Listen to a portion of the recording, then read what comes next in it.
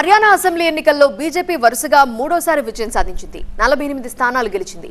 37 సీట్లలో మాత్రమే గెలిచిన కాంగ్రెస్ మరోసారి ప్రతిపక్షానికి పరిమితమైంది. అతి విశ్వాసం, అంతర్గత కుమ్ములాటలు కాంగ్రెస్ ఓటమికి కారణమంటున్నారు విశ్లేషకులు. హర్యానాలో ఎవరూ ఊహించని విధంగా బీజేపీ హ్యాట్రిక్ కొట్టింది.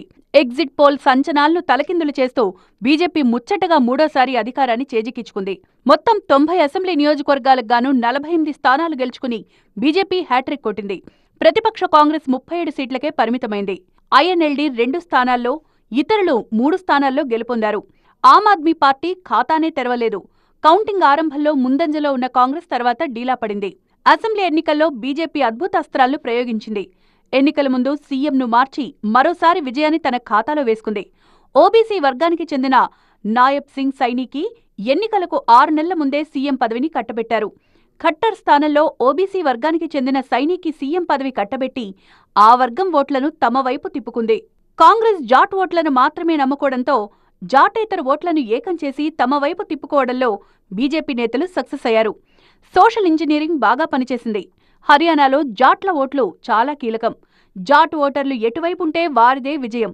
అయితే ఈసారి వారంతా కాంగ్రెస్ వైపు మొగ్గు చూపారు. అయితే జాటేతర ఓటర్లను బీజేపీ ఏకం చేసింది. దాదాపు 30 కులాలను తమ వైపు తిప్పుకోవడంలో సక్సెస్ అయింది. ఇక కాంగ్రెస్ మాత్రం జాట్లనే నమ్ముకోవడంతో మిగతా వర్గాలు దూరమయ్యారు. ప్రతి ఎన్నికల్లో మోదీ చరిష్మా, అమిత్ షా చరిష్మాతో పాటు BJP social engineering formula success అయింది. ఎన్నికలకు ముందే సీఎంను మార్చి ప్రజాక్షేత్రంలోకి దిగింది.